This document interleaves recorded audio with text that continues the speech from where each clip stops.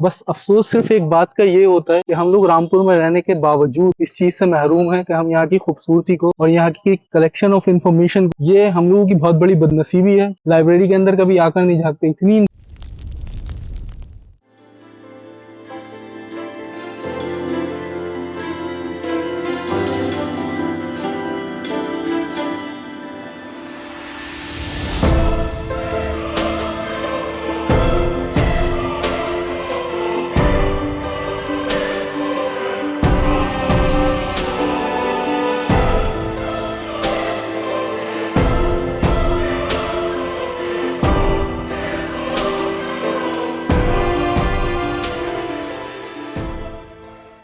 Hello guys, welcome back to another vlog. मेरा नाम है मुजीब अहमद और आप सभी का स्वागत है मेरे इस चैनल ट्रैवलर में। मादर चाहता हूँ बहुत टाइम के बाद वीडियो बना रहा हूँ, लेकिन थोड़ा सा बिज़ी था, इस वजह से मुझे वक्त नहीं मिला वीडियो बनाने का।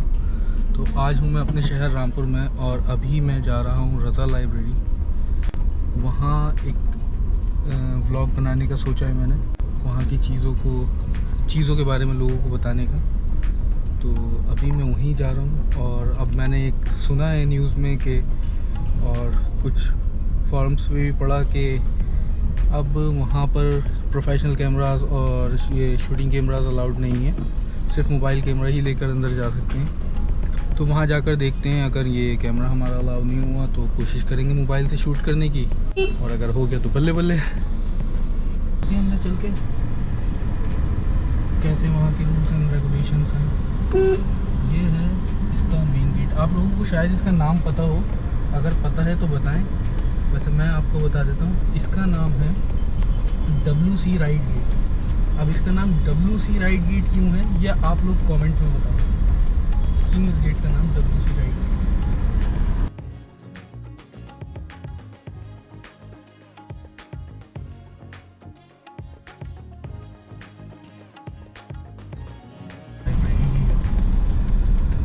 भाई साहब कहाँ आ रहे हैं?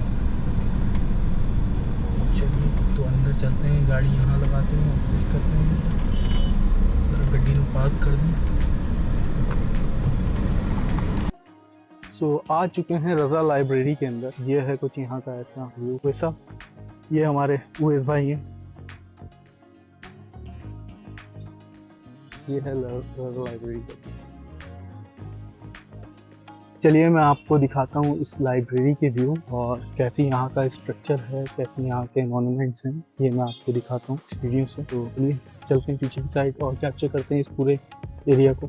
आप लोगों ने रामपुर के अंदर बहुत ज़्यादा नाम सुना होगा, पहले का पल्ला गेट और उल्ला गेट, लेकिन इसके नाम ये नहीं है। ये सामने वाला जो गेट है, जो मछली बाजार की साइड है, इसका नाम है हामिद गेट। और जो वो पानदरीबे की साइड गेट है, उसका नाम है राइट गेट। उसे राइट गेट बोला जाता है। राइट गेट क्यों बोला जाता है ये आप लोग बताएंगे कमेंट्स में कि उसको राइट गेट किस वजह से बोलते हैं, लेकिन उसका नाम राइट गेट है। और अगर आप लोगों का सही जवाब नहीं हुआ तो मैं खुद कमेंट में बता दूंगा कि उसका नाम क्यों राइट गेट है। मुझे लगता है most of the people from Rampur must be knowing this fact, why they called this gate as a right gate. तो अभी आप देखें रज़ा लाइब्रेरी का कुछ ऐसी दिखती है रज़ा लाइब्रेरी। ये एशिया की सबसे खूबसूरत लाइब्रेरी है और वर्ल्ड की अभी ये रैंकिंग में 8 नंबर पे आती है लाइब्रेरी, और एशिया में ये नंबर 1 पे है अभी अपनी खूबसूरती में। और जो इसके अंदर बेशकीमती किताबें रखी हुई हैं, जो इसका कलेक्शन है, वो इंडिया में नहीं पूरे वर्ल्ड में कहीं पर भी ऐसा कलेक्शन नहीं है। अभी मौजूदा टाइम में ऐसा कलेक्शन किसी के पास नहीं है जो इस लाइब्रेरी के अंदर मौजूद है। बहुत ही खूबसूरत लाइब्रेरी है ये, और इसके साथ एक बहुत पुरानी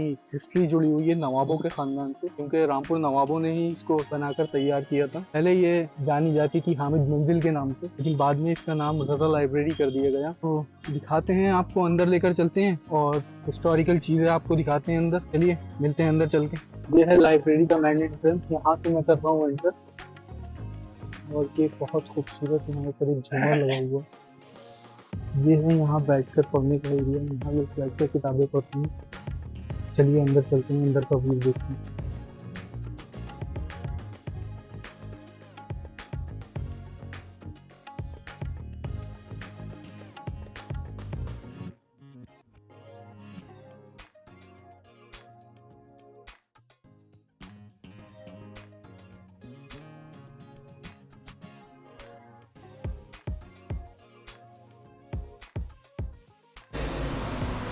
तो सारी लैंग्वेज में आपको 60,000 से ज़्यादा बुक्स के कलेक्शन यहाँ आपको मिलेंगे।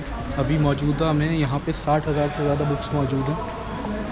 और ये यहाँ का जो आपको दिख रहा है ऊपर एक झूमर, ये 250 साल पुराना है। कैन यू इमेजिन 250 साल पुरानी चीज़ आज भी ऐसे ही सही सलाम। चलिए लेके चलते हैं आपको अंदर, वो दिखाते हैं अंदर। ये कुछ गॉडेस की मूर्तियाँ हैं।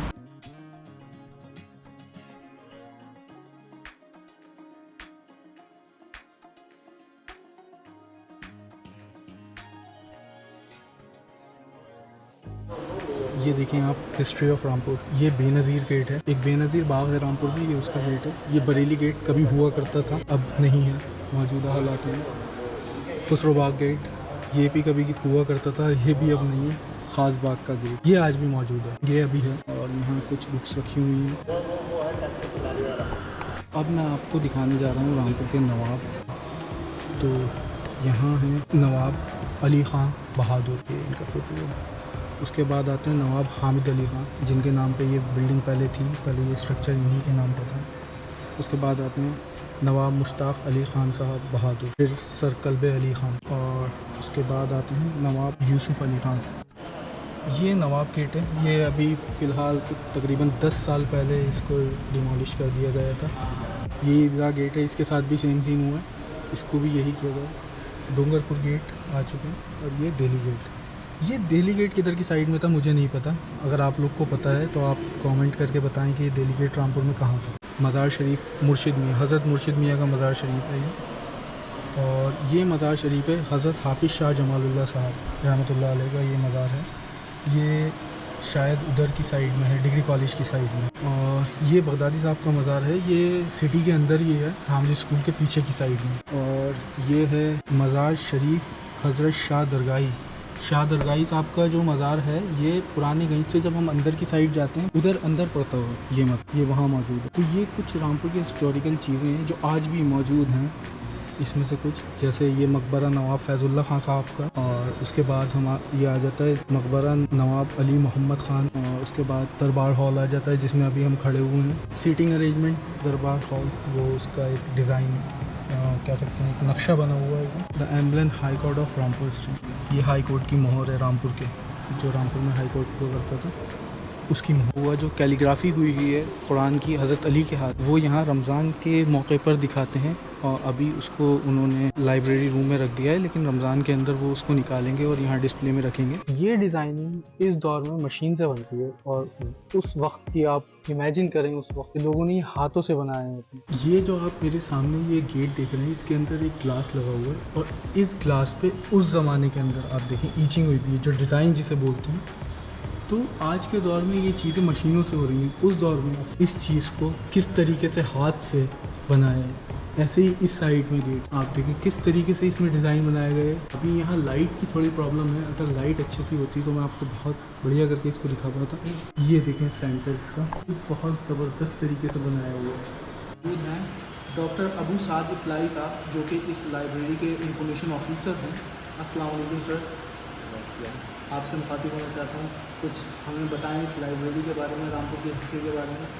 जी, जैसा कि आपको पता है कि रामपुर अर्बन लाइब्रेरी अपने कलेक्शन की वजह से जो यहाँ पर मखलूक़ात या मैन्युस्क्रिप्ट जो है, उसकी वजह से न सिर्फ हिंदुस्तान बल्कि पूरी दुनिया में मशहूर है। यकीनी तौर पे जो यहाँ पर तहज़ीब कल्चर का नमूना और जो कलेक्शन यहाँ पर ज़ख़ीरा मौजूद है, वो बहुत कम जगहों पर मिलता है। तो ये बहुत बड़ा कंट्रीब्यूशन है यहाँ के नवाबी का। तो अब उन लोगों का मतलब इसमें कोई दखल नहीं है, ये कम्प्लीटली सेंट्रल गवर्नमेंट के अंडर में आती है।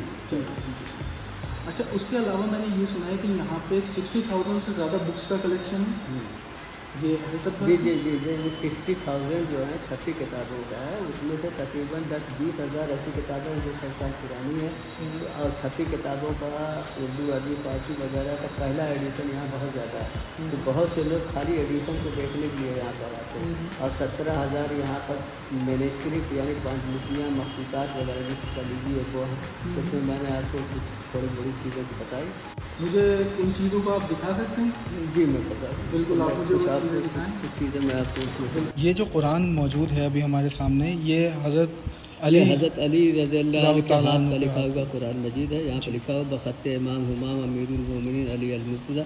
लेकिन ये वाला जो है ना, ये तो कागज़ पे बाइंडिंग का हिस्सा है। असल जो पोर्शन है चमड़े पे लिखा हुआ वो ये है, ये पोर्शन चमड़े पे है। अच्छा, ये जो कैलीग्राफी हुई ये है, कैलीग्राफी ख़त कूफ़ी कैलीग्राफी, आप ये भी देखिए कि इसमें ज़ेर ज़बर वगैरह भी, एराब वगैरह भी नहीं है। तो ये जब एराब आया है तो उसके बाद एराब का एहतमाम रहा है। ये इसका मतलब ये है कि एराब के ईजाद होने से पहले का ये है, तो ये पहली सदी का है। और हो सकता है कि जो कहा जाता है कि हज़रत अली का है, इसमें तो कहीं नाम नहीं लिखा हज़रत अली का। अच्छा। लेकिन बहुत से जो हिस्ट्री की चीज़ें होती हैं उसकी बुनियाद पे कोई चीज़ गेस की जाती है। तो हमारे यहाँ के जो पढ़े लिखे हैं मौलाना आरशी साहब, जिन्होंने कैटलाग लिखा, उसमें यही लिखा है कि ये मंसूब है हज़रत अली की राइटिंग। अच्छा, ठीक है। मतलब इसको जो कहा जाता है हज़रत ये अली की प्राइमलेस कापी है हमारे पास, सबसे पुरानी यही है। ठीक है। और ये ऊँट की खाल पर ऊँट लिखी की खाल। ये नवाब कल्बे अली खान जब गए थे हज करने मक्का, वहाँ किसी बड़े शेख ने उनको गिफ्ट किया था। अच्छा, एक चीज़ मैंने इसमें नोटिस की, जो हमारे यहाँ कुरान होते हैं उसमें जो अरेबिक कैलीग्राफी होती है वो अलग होती है और इसमें अलग है। वो ख़त नस्ख है, ये ख़त कूफ़ी है। ये ख़त कूफ़ी है। ख़त नस्ख ही राइज है, जिसको मैंने बताया था कि इब्न मुखला ने उसको राइज किया था। जी जी, पहली बार। ठीक है। अच्छा अच्छा, ये उस वजह से माशाल्लाह बहुत खूबसूरत, बहुत प्यारी है। बहुत बिल्कुल। देखिए हमारे यहाँ जो तस्वीरें हैं उसमें जहांगीर की एक तस्वीर है बहुत इम्पॉर्टेंट।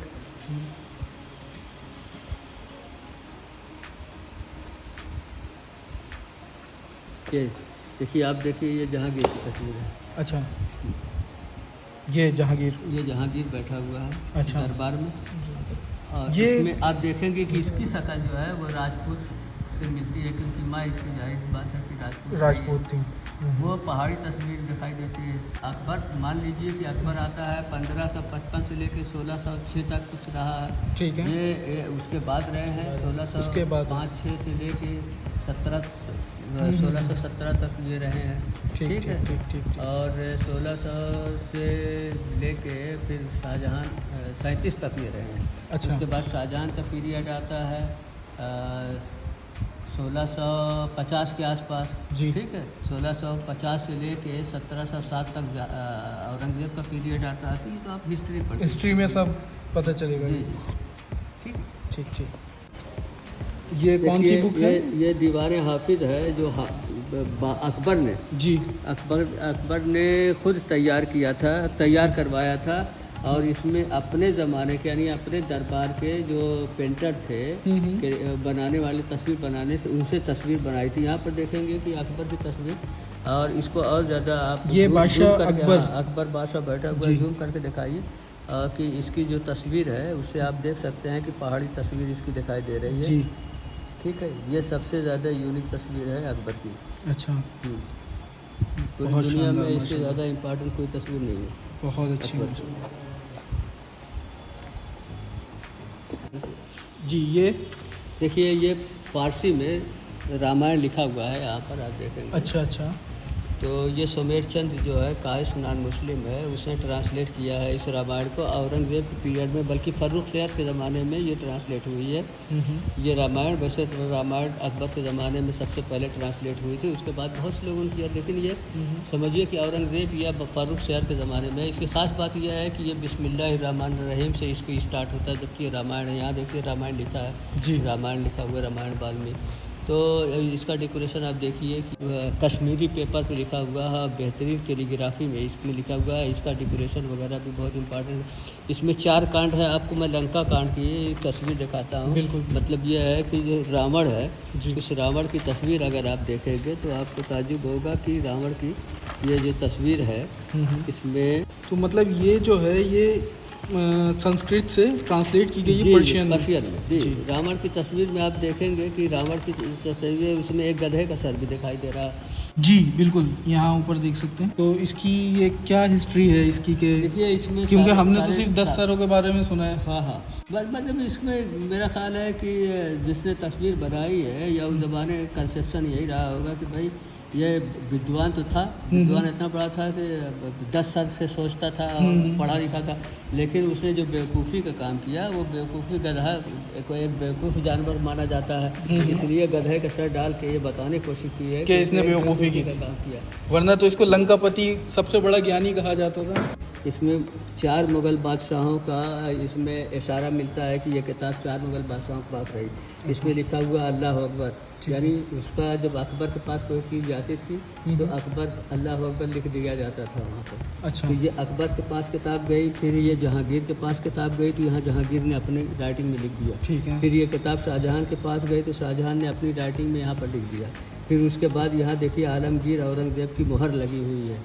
ठीक है, इसका मतलब ये किताब औरंगज़ेब के पास भी रही। तो अकबर के पास, जहांगीर के पास, शाहजहां के पास और आलमगीर औरंगज़ेब के पास ये किताब मौजूद रही। ये बहुत ही कीमती किताब है। ये बेशकीमती किताबें हैं और ये हमारी खुशनसीबी है कि हमें ये किताबें देखने को मिल रही हैं। तो जैसा कि अभी सर ने हमें बताया, हज़रत अली के हाथ का लिखा हुआ कुरान भी दिखाया और हमें ट्रांसलेटेड रामायण भी दिखाई, जो कि पर्शियन में ट्रांसलेट हो चुकी है संस्कृत से। तो बहुत सारी ऐसी बेशकीमती सर ने हमें किताबें दिखाई। सर बहुत बहुत शुक्रिया आपका हमारे साथ जुड़ने के लिए, हमारे साथ बात करने के लिए। जी बहुत बहुत शुक्रिया। और एक चीज़ मैं आप लोगों से कहना चाहता हूँ कि ये जो अक़ीदा है ये पूरी तौर पर ये सिर्फ रखने के लिए नहीं है, इस्तेफ़ादा करने के लिए है।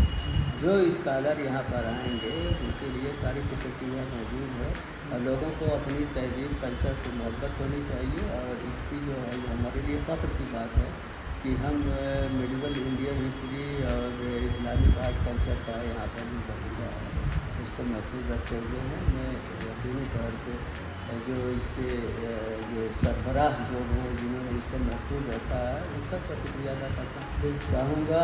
ये आज हमारे ये धरोहर और ये विरासत हम तक पहुँची है, ये हमारी जिम्मेदारी है कि हम आइंदा नस्लों तक सही हालत में इसको पहुँचाने की कोशिश करें और लोगों को इसकी तरफ, इस कल्चर को महफूज करने की तरफ मतलब जो बेदार करने की ज़रूरत है, आगाह करने की। बहुत बहुत शुक्रिया। बहुत बहुत शुक्रिया।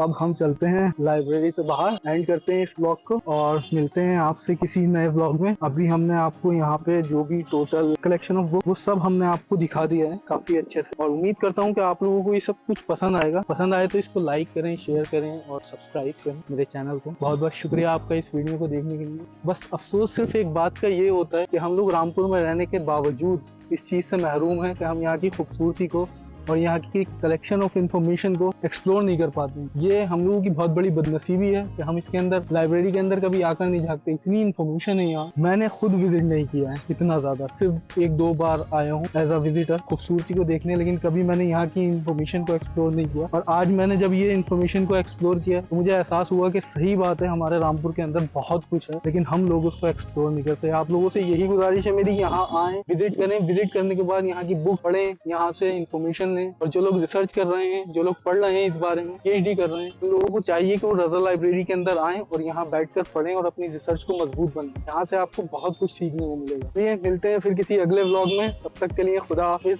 बाय।